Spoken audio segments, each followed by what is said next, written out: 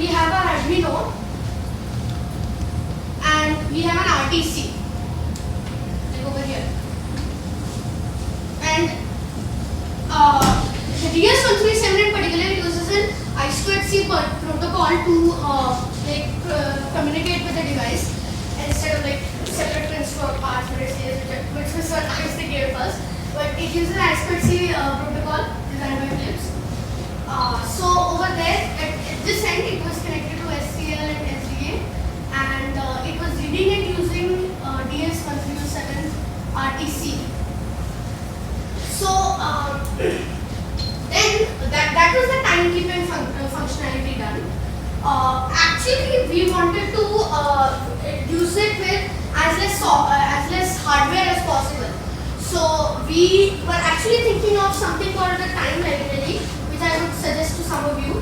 It is, if you have a project which is supposed to be powered all the time, then the time library is very good for that, because without any hardware attached to the Arduino, it can keep track of the time using the millis function, and it handles all the overflows and etc. for you. Of course, we use this time library, but alongside the DS137 RTC library to read from this. So we got separate hours, minutes, and all that fields from the RTC. So that was the timekeeping. Now talking. Now that was a big problem. How are we going to do it without any hardware, separate hardware? So we investigated and we found out this library is called Talkie. So Talkie, it sends out a very high-speed PWM. Of course, unfortunately, you have to give it some hexadecimal numbers, but for that, it sends out a very high-speed PWM, which is a speed synthesis. There was an example on the Talkie documentation. You can see it on GitHub if you want. Like if you can search on GitHub Talkie, I don't remember the exact link right now. It was vocab US clock. In that, there were all the hexadecimal values were given for most of the basic things like AM, PM, 1, 2, 3, 4, and all what you would want to say in a clock. Vocab US clock, that makes sense. So we used that, and without any filtering, we could get some audio out of pin 3 from a speaker. So that was pretty cool. But of course, PWM is not very strong. So you could hear that the like faint voice coming from here. So we decided to put the LM386 amplifier. And actually we decided to put 2 of them. Then we could get a pretty decent sound out of the speaker. So this was a basic layout which we had for the whole thing. And then, of course, you would have some talking clocks which would say like every hour or something, but we wanted it to be controllable. So we attached a button which is this blue button right here. That is what it's actually connected to an interrupt on the Arduino, which is triggering that interrupt to save the time. So that was a basic project, and why we made it was because I saw an original talking clock on YouTube, and it was a lot of hardware. Like for text to speech, for like, of course that makes it way easier to use and configuration, but we wanted to use as less hardware as possible, and then RTC, why we use that is because a clock usually when it's not powered, you expect it to keep track of the time. So of course there's like a 3.3 volt backup battery connected to it. So without power also, this guy can run for 10 years. It can keep track of the time for 10 years using minimal power from just a 3.3 volt battery. That is why we chose the DS137. But we also have DS1302 and etc. Those are RTC, and they give other protocols. DS1302, as far as I heard, gives a SPI protocol for time. But since these libraries were available and I2C was very easy protocol to use, then we chose that. And then we displayed it in my school. So over there, I don't think this is there in most schools. Maybe it's there, maybe it's not there. It's called Equine Expressions. It's every 20th February. that date? Nobody recognizes that date. It's Science Day. 20th February is Science Day. No, seriously, it's International Science Day. So we celebrate the advanced expression on that day, and this was not the type of project people were expecting, but they got it. So we also, I forgot to mention the key guard. Otherwise, there was this capacitor which was connected between 5 volts and ground. Otherwise, the speaker would keep beeping. Beep, beep, beep, beep. Electromagnetic interference. Then, we also have this basic thing. But then again, you have a talking clock which gives a damn faint voice. You want to see the time. So, we added a display. It's not supposed to talk about. We added a display over here. Now, normally you would need 4 7-segment displays.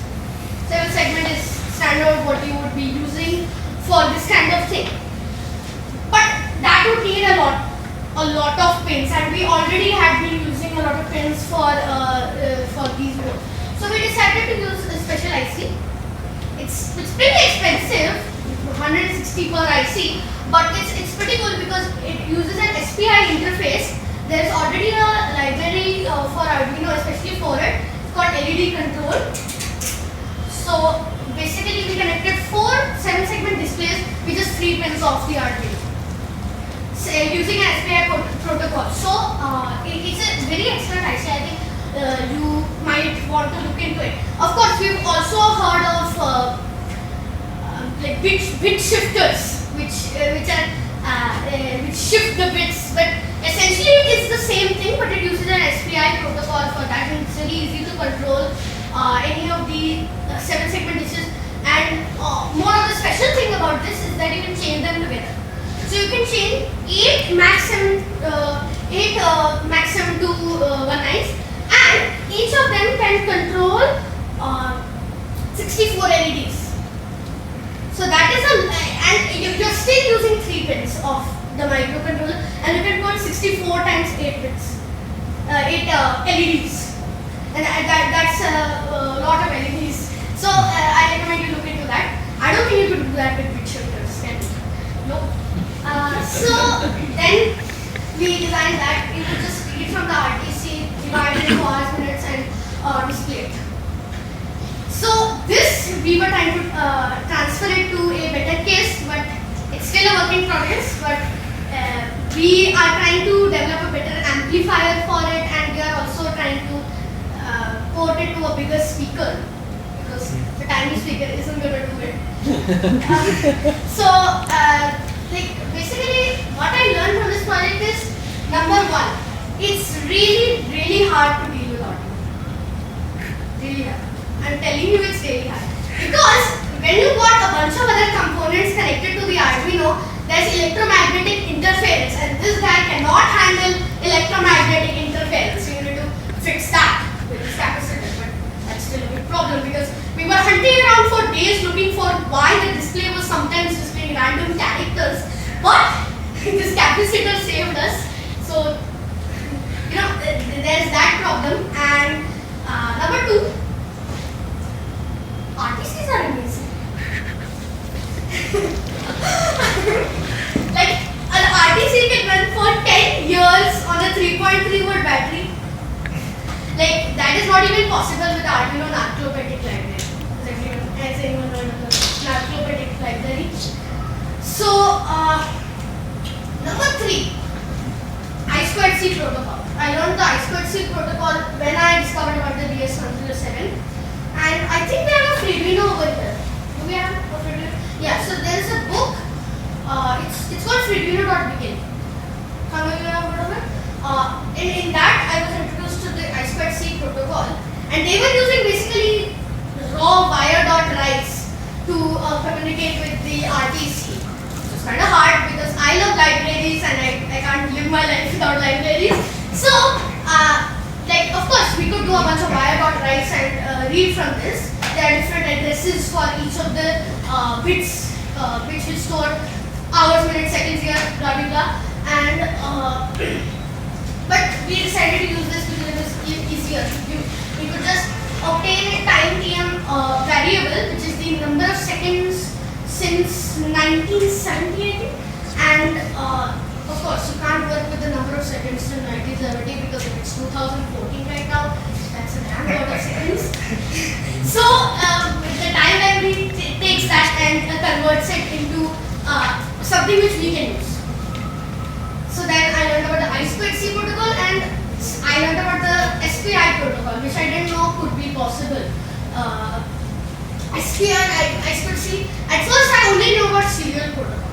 And there were some limitations to serial, a lot of limitations to serial protocol. And of course, from serial evolved ZigBee and whatnot. But I still learned about these protocols, how they work, etc. etc. So basically, yeah. What's her name again? Eshan Singh. And what school do you go to? Blue Ridge Public. Do you really go to a school or an engineering college?